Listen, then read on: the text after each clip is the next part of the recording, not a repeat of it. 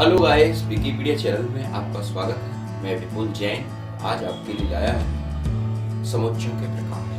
पिछली वीडियो में हमने समुच्चयों के परिचय के बारे में समझा था। आज हम देख रहे हैं समुच्चय के प्रकार। तो आइए विकिपीडिया चैनल के माध्यम से देखते हैं और समझते हैं समुच्चयों के।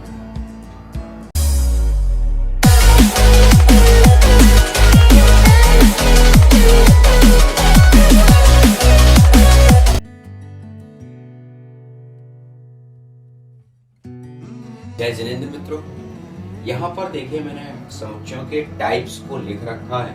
हमारे पास कुल 5 टाइप है। इनसे संबंधित प्रश्न आपकी सेट थ्योरी में यानी सेट के चैप्टर में इनसे रिलेटेड क्वेश्चन आएंगे। तो सबसे पहला जो हमारा टॉपिक है रिक्त समुच्चय। इसे अंग्रेजी में एम्पटी सेट या नल सेट कहते हैं। ठीक है, हम बारी बारी से हम इसकी डेफिनेशन भी समझाएंगे और एग्जाम्पल भी आपको बताएंगे। एकल समुच्चय जैसे आपने लिखा है परिमित, समान या सम और समुच्चयों की शब्द। तो सबसे पहला हमारा टॉपिक है रिक्त समुच्चय, जिसे हम एम्पटी सेट कहते हैं। अब रिक्त समुच्चय होता क्या है?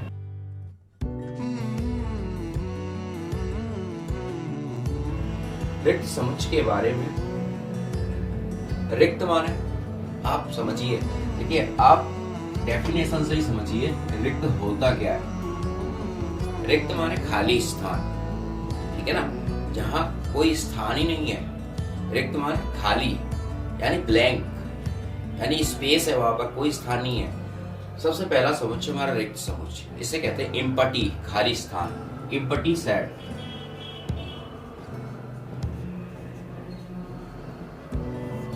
ठीक है, अब एम्पटी सेट किसे कहते हैं? देखिए परिभाषा इसकी है वह समुच्चय जिसमें एक भी मेंबर्स ना हो, जिसमें एक भी मेंबर ना हो, उसे हम एम्पटी सेट कहते हैं। अब एक भी मेंबर ना हो और अंग्रेजी में इसे ग्रीक लेटर में से फाई से प्रेजेंट करते हैं। फाई से प्रदर्शित करते हैं।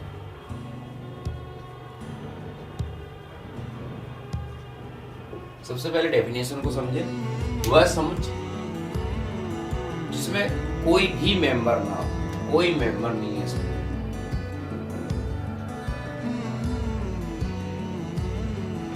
कोई मेंबर नहीं, वह समुच्चय जिसमें कोई मेंबर नहीं है।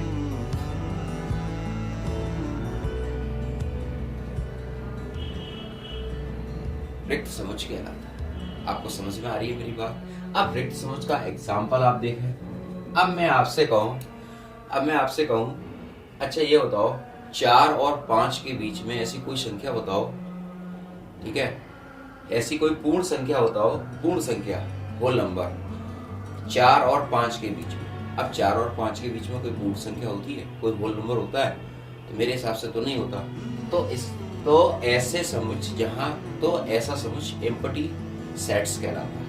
ठीक है, जैसे मैं आपसे कहूं अच्छा एक बार बताओ 300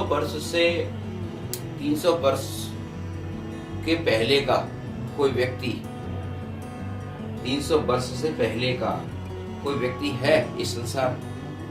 तो आप कहोगे नहीं है, ऐसा तो संभव है। तो ऐसा समुच्चय जो है ही नहीं, हम उसकी चर्चा कर रहे हैं, तो वह रिक्त समुच्चय हमारा कहलाता है। फर्स्ट टॉपिक हमारा हो गया। दूसरा टॉपिक है हमारा सिंगलटन सेट।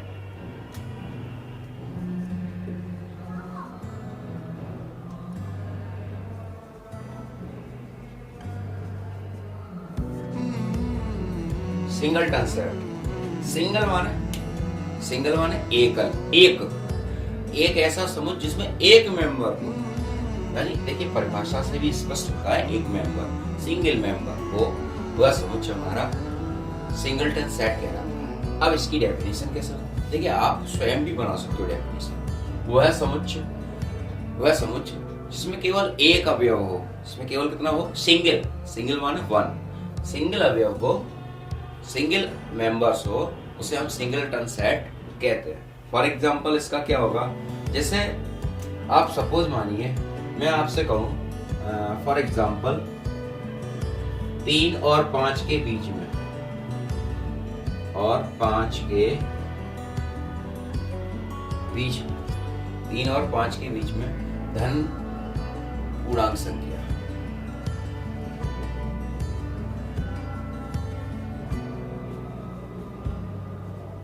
तो आप झट से कह दोगे क्या आएगा, +4। ठीक है ना। इस तरीके से कई एक नंबर हो सकते हैं। जैसे मैं आपसे कहूं ए और सी के बीच में, ए और सी के बीच में अंग्रेजी वर्णमाला का कौन सा अक्षर आएगा, तो आप कहोगे बी। सोमवार और बुधवार के बीच में कौन सा दिन आएगा, तो आप कहोगे कि मंगलवार। ठीक है ना। ऐसे ही जनवरी और मार्च के बीच में कौन सा डे आएगा, तो आप बोल दोगे तुरंत फरवरी। डे अब मैं कह रहा हूँ जनवरी और मार्च के बीच में कौन सा मंथ आएगा, तो आप तुरंत कह दोगे कि फरवरी आएगा, फेब आएगा। तो ऐसे ही सेट हमारे सिंगलटन सेट कहलाते हैं, जिसमें ओनली एक अवयव हो। परिभाषा में आपके सामने फिर दोबारा से रख दे रहा हूँ। वह समुच्चय जिसमें केवल एक अवयव होता है, वह समुच्चय हमारा सिंगलटन सेट कहलाता है। ठीक है। जिसमें केवल एक मेंबर हो, वह हमारा सिंगलटन सेट कहलाता है। अब तीसरा नंबर है हमारा फाइनाइट सेट। क्या है, फाइनाइट सेट या इनफाइनाइट सेट। अब फाइनाइट सेट और इनफाइनाइट सेट क्या होता है, जिसे लिखा है मैंने परिमित और अपरिमित। ठीक है ना। यहाँ लिखा है मैंने परिमित और अपरिमित। अब परिमित अपरिमित क्या होता है, देखिए परिमित होता है फाइनाइट। फाइनाइट माने निश्चित। क्या, निश्चित। अब मैं आपसे पूछूं, देखिए निश्चित क्या होता है, जैसे अंग्रेजी वर्णमाला के जो स्वर है, बोलते हैं स्वर, A-E-I-O U, ये 5 अक्षर है, फिक्स है, फाइनाइट है। ठीक है ना। सप्ताह के 7 दिन निश्चित है, 8 दिन नहीं होते सप्ताह, निश्चित है। वर्ष में 12 महीने होते हैं, 13 महीने नहीं होते, ये चीज फिक्स है। ठीक है। 7 रंग में जो सप्तरंग निकलता है, उसमें 7 ही होते हैं, 8 नहीं होते। ठीक है ना। ऐसे ही कोई भी आप ले सकते हो, अपने हिसाब से बना सकते हो। इस तरह के जो सेट फाइनाइट है, वो इनकी संख्या निश्चित है। जैसे मैं इसका आपके सामने एक एग्जांपल और दे रहा हूं। ये तो मैंने आपको समझा दिया फाइनाइट सेट। अब देखिए इसकी जो डेफिनेशन है वो बनेगी, वह समुच्चय जिसमें अवयवों की, मेंबरों की संख्या निश्चित है, फिक्स है, वह हमारे फाइनाइट सेट कहलाते हैं। जैसे मैं कोई अक्षर लिखूं यहाँ पर 1 2 3 4। अब यहाँ पर फाइनाइट, यहाँ पर मेंबरों की संख्या फिक्स है। यहाँ कितने मेंबर है, 4 मेंबर है। टोटल कितने हैं, 4 मेंबर है। फाइनाइट सेट की मैं बात कर रहा हूँ। इनफाइनाइट सेट क्या है, INFINITE। देखिए इनफाइनाइट सेट क्या है, ऐसे समुच्चय, ऐसे सेट जिसमें मेंबरों की संख्या अनंत है, अनिश्चित है, गिन नहीं सकते। ठीक है ना। तो ऐसे सेट जिसमें अवयवों की संख्या कैसी है, अनिश्चित है, उसे हम इनफाइनाइट सेट कहते हैं। अब अनंत कैसे हो सकती है, अच्छा अब अनंत वाली बात अब आई है। अब अनंत कैसे हम फिक्स करें, जैसे अनंत को मैं आपको बता सकता हूं, जैसे पृथ्वी पर सभी जानवरों का समुच्चय। अब पृथ्वी पर कितने जानवर, पता नहीं कितने, कोई काउंटिंग तो है नहीं किसी के पास। अब मैं अपनी बात कर दे रहा हूं, मेरे सिर में बालों का समुच्चय। अब मेरे सिर में कितने बाल, आप गिन सकते हो। ठीक है ना। तो ऐसा सेट जो इनफाइनाइट है, ऑलरेडी इनफाइनाइट है, ऐसे समुच्चय जिसमें मेंबरों की संख्या अनिश्चित है, जिसमें पता नहीं कितने मेंबर हैं। अब जैसे प्राकृतिक संख्या है, अब नेचुरल नंबर की मैं बात करूं 1 2 3 4 डॉट डॉट। अब नेचुरल संख्या कहाँ तक जाएगी, कोई निश्चित है, कोई पता नहीं। ठीक है ना। तो हम इनफाइनाइट है। ऐसे ही मैं जैसे आप जैसे एक बिंदु है, जैसे एक बिंदु है, इस बिंदु से अनंत रेखाएं खींची जा सकती है, तो ये भी एक समुच्चय हो गया। तो इस तरीके से इनफाइनाइट सेट को मैंने डिफाइन कर दिया। आपको समझ में आ रहा है मेरी बात को, आप समझ रहे हो। मैंने लिखा समान समुच्चय।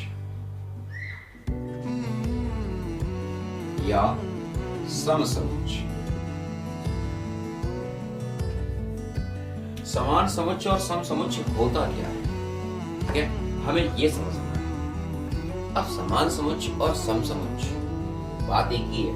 अब जैसे समान समुच्चय, देखिए कंपेयरिंग हो रही है, समान हमेशा कंपेयरिंग हो रही है। समान हम जब भी कह सकते हैं, जैसे मैं आपको कोई मिठाई खाने को दूं, आपसे मैं पूछूं अच्छी है, आप तुरंत बोल दोगे अच्छी है, ठीक है। लेकिन मैं आप उसके बाद में एक मिठाई और बोलूं तो आप तुरंत कंपेयरिंग कर लोगे, तुरंत आप कंपेयरिंग कर लोगे कि ये पहले से अच्छी थी या खराब थी, ठीक है।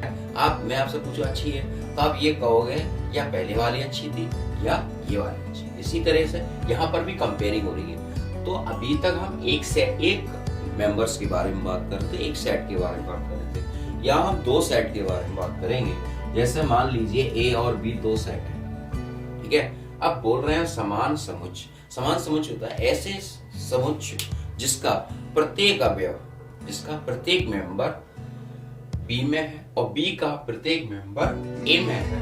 यानी सपोज मानिए ए बराबर 1, 2, 3, 4 एंड बी बराबर 1, 2, 3, 4। ए का प्रत्येक अवयव बी में है और बी का प्रत्येक अवयव ए में है।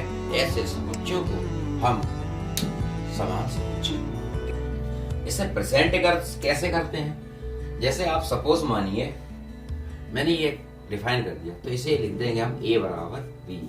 ए का प्रत्येक अवयव बी में है और बी का प्रत्येक अवयव ए में है।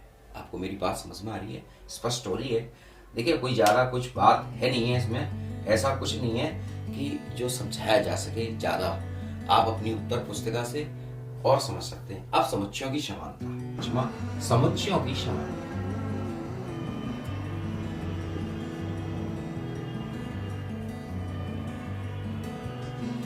अंग्रेजी में से इक्विवेलेंस,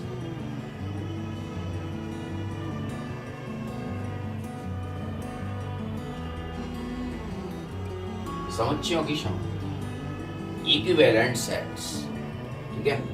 अब ये क्या है, ये ऊपर वाले से मिलता जुलता है, यानी समान समुच्चय से इसकी थोड़ी बहुत थ्योरी मिलती है।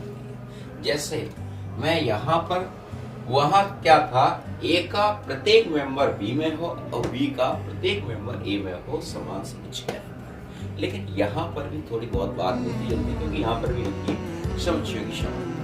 अब यहाँ पर जैसे मैंने ये लिखा ए बराबर A comma B comma C and B बराबर B comma Q comma R. देखिए यहाँ पर और यहाँ पर आपको क्या लग रहा है कि ए का प्रत्येक अवयव बी में नहीं है और बी का प्रत्येक अवयव ए में नहीं है, तो आप तो कह दोगे ए इज नॉट इक्वल बी। अभी आप कह रहे थे कि ये समान है, लेकिन मैं अभी भी कह रहा हूँ ये समान है। यहाँ पर अब मेंबर्स नहीं देखते, यहाँ मेंबर की संख्या वो देखते हैं कि 3 मेंबर इसमें और 3 ही मेंबर इसमें हो। नंबर ऑफ मेंबर ए के और number of member of B के अगर समान है तो उसे हम समुच्चयों की समानता कहते हैं। इसे लिखते हैं एन नंबर ऑफ ए बराबर नंबर ऑफ सेट। ठीक है, आपको मेरी बात समझ में आ रही है। यहाँ पर जो हम काउंटिंग कर रहे हैं, यहाँ पर इस तरीके से अभी हम लिख सकते हैं ए बराबर 2,4,6 एंड बी बराबर 3,5,7। यहाँ पर भी मेंबर की संख्या कैसी है, समान है, तो लिख सकते हैं नंबर ऑफ ए बराबर नंबर ऑफ बी। इसी तरीके से ये 5 डेफिनेशन है। आप अपनी अभ्यास पुस्तिका से इनके क्वेश्चन को लगाएं। फिर भी आपकी कोई कमेंट बॉक्स में अगर आपकी कोई प्रॉब्लम है, कमेंट बॉक्स में प्रॉब्लम को जरूर शेयर करें, जिससे आने वाली वीडियो में हम आपकी समस्या को वीडियो में कर सकें। मैंने एक ऐप बनाया है, आप उसको डाउनलोड करके सीधे मेरी वीडियो तक पहुंच सकते हैं डायरेक्ट। और कई लोगों की मुझे कमेंट मिल रही है और मुझे बहुत खुशी है कि आप मेरी वीडियो से सीख रहे हैं। अब मैं नेक्स्ट टॉपिक जो है मेरा, मैं आपको क्लियर कर दूं कि proper subset, subset and superset, ये सारी 3 टॉपिक हैं हमारे। इनके बारे में मैं बात करूंगा, इनके महत्वपूर्ण क्वेश्चनों को बताऊंगा। तो आने वाली जो वीडियो है हमारी, आप देखते रहिए मीडिया चैनल। जय जिनेंद्र, जय हिंद, जय भारत।